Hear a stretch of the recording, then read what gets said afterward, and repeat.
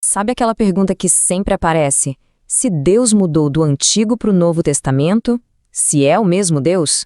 E, vamos ser sinceros, olhando por cima, essa dúvida até que faz sentido. Pois é, a impressão que fica é essa, né? De um lado, um Deus da ira, do julgamento. Do outro, um Deus que é puro amor e perdão. Mas será que a história é simples assim? Vamos dar uma olhada mais a fundo nisso? E olha, não é à toa que o pessoal pensa assim. O Antigo Testamento tem umas passagens bem pesadas. Pensa só, o dilúvio que acabou com quase tudo, cidades inteiras sendo destruídas por fogo do céu, a terra literalmente se abrindo e engolindo gente, e claro, a morte de todos os primogênitos do Egito. São histórias que mostram, sim, um lado bem furioso de Deus. Ok, então vamos mergulhar de cabeça nisso. Nosso roteiro para investigar essa história vai ser o seguinte. Primeiro, vamos questionar essa ideia de duas personalidades. Depois, a gente vai procurar a ira de Deus onde teoricamente ela não estaria, no Novo Testamento. A gente vai analisar também o lado mais severo de Jesus, tentar entender por que justiça e amor andam de mãos dadas, e pensar um pouco sobre essa nossa vontade de ter um Deus mais domado. E para fechar com chave de ouro, vamos direto para a prova final, o livro do Apocalipse. Então vamos lá. A primeira peça para a gente montar esse quebra-cabeça é uma coisa bem simples, mas que quase ninguém para pensar: a escala de tempo. E deem uma olhada nessa proporção. É gritante! O Antigo Testamento cobre um período de mais ou menos 4.000 anos de história. Já o Novo Testamento, menos de 100 anos. É tipo comparar a história de um império inteiro, com séculos de existência, com a biografia de uma única pessoa. É óbvio que num período 40 vezes maior, a gente vai encontrar muito mais histórias de todo tipo, incluindo as de julgamento e ira. É uma questão de matemática quase. Tá, mas e o Novo Testamento? Seria mesmo esse lugar onde a justiça divina tirou férias? Vamos desafiar essa ideia com algumas provas que estão lá no texto. Olha só esse caso, direto do livro de Atos dos Apóstolos. O rei Herodes, que não era flor que se cheire e perseguia a igreja, faz um discurso e a galera começa a gritar: é a voz de um Deus e não de um homem. A Bíblia diz que na mesma hora um anjo do Senhor o feriu porque ele não deu a glória a Deus. E o resultado, ele foi comido por vermes e morreu. Bem direto ao ponto, né? E não foi um caso isolado. Tem também a história de Ananias e Safira, um casal que vendeu uma propriedade e resolveu mentir sobre o valor da venda para parecer mais santo, sabe? Só que o apóstolo Pedro os confronta e diz: vocês não mentiram para homens, vocês mentiram para o Espírito Santo, para Deus. E o que acontece? Primeiro Ananias e logo depois a esposa dele, a Safira, caem mortos na hora. Isso causou um temor gigantesco na igreja daquela época.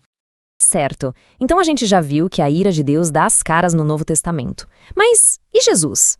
A imagem popular dele não é só de paz, amor e oferecer a outra face? Vamos dar uma olhada nisso com mais atenção. Essa é a imagem que muita gente vende, né? A de um Jesus super suave, quase um hippie com sandálias. Mas quando a gente abre os evangelhos para ler o que ele realmente disse e fez, essa imagem meio que se desfaz. A mensagem dele era sim radicalmente amorosa, mas era também radicalmente séria e exigente. E aqui vai uma informação que, sério, deixa muita gente de queixo caído. A pessoa que mais falou sobre o inferno em toda a Bíblia foi o próprio Jesus. Mais do que todos os profetas do Antigo Testamento e os apóstolos juntos. Ele não era de passar a mão na cabeça nesse assunto. Pelo contrário, ele fez questão de deixar os avisos bem claros. E ele não usava meias palavras. Usou termos bem pesados, como Geena, que era o nome do lixão que ficava fora de Jerusalém e vivia em chamas. Ele descreveu o inferno como um lugar real de punição, de separação total de Deus, um lugar de choro e ranger de dentes. As advertências de Jesus eram pesadíssimas. E tudo isso leva a gente direto para o coração do problema.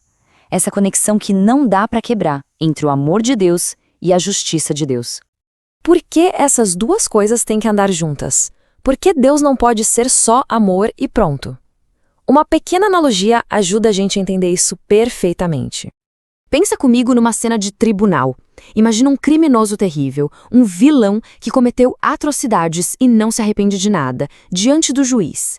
Do outro lado estão todas as suas vítimas, chorando e pedindo por justiça.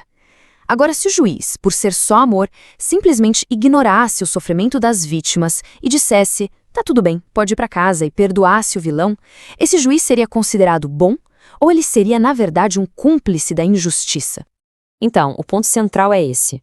Um juiz que não odeia o mal, que não tem aversão à injustiça, não é um bom juiz. A justiça é parte fundamental da bondade.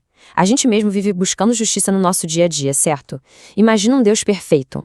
Mas, se a justiça é tão importante, por que essa ideia de um Deus justo incomoda tanto a gente? A resposta está numa tendência que é bem humana. A verdade é que, por causa do nosso próprio mal, a gente muitas vezes não quer um Deus como ele realmente é. Existe um desejo de domesticar Deus, sabe, de cortar as partes dele que nos incomodam, que nos desafiam, para criar um Deus que seja mais conveniente, mais confortável para nós. Um Deus à nossa imagem e semelhança.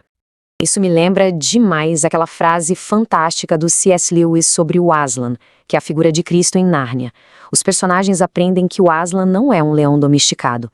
Ele é selvagem, ele é perigoso, mas ele é bom. O Deus que é amor é o mesmo Deus que se ira contra o pecado e a injustiça. Ele é justo, ele é santo, ele é reto. E agora, para não restar absolutamente nenhuma dúvida sobre a coerência do caráter de Deus, vamos para o checkmate. E aqui está a prova definitiva. Pensa um pouco, qual é o livro da Bíblia que mais descreve a ira e o julgamento de Deus de uma forma avassaladora? É o Apocalipse. E onde ele está? É o último livro do Novo Testamento. A Bíblia não termina com uma versão água com açúcar de Deus. Pelo contrário, ela termina mostrando o cumprimento final e inevitável da sua justiça. O que só confirma de forma perfeita o que o próprio Deus tinha dito séculos antes, lá no Antigo Testamento, pelo profeta Malaquias. Pois eu, o Senhor, não mudo. O caráter de Deus é o mesmo de Gênesis a Apocalipse. Ele não mudou. Então, no final das contas, não estamos falando de dois deuses diferentes. Estamos falando de um único Deus, cujo amor perfeito exige necessariamente uma justiça perfeita. E a pergunta que fica pra gente pensar é, se amor e justiça são inseparáveis no caráter de Deus, como é que isso deveria mudar a forma como a gente enxerga o mundo, a nós mesmos e o próprio Deus?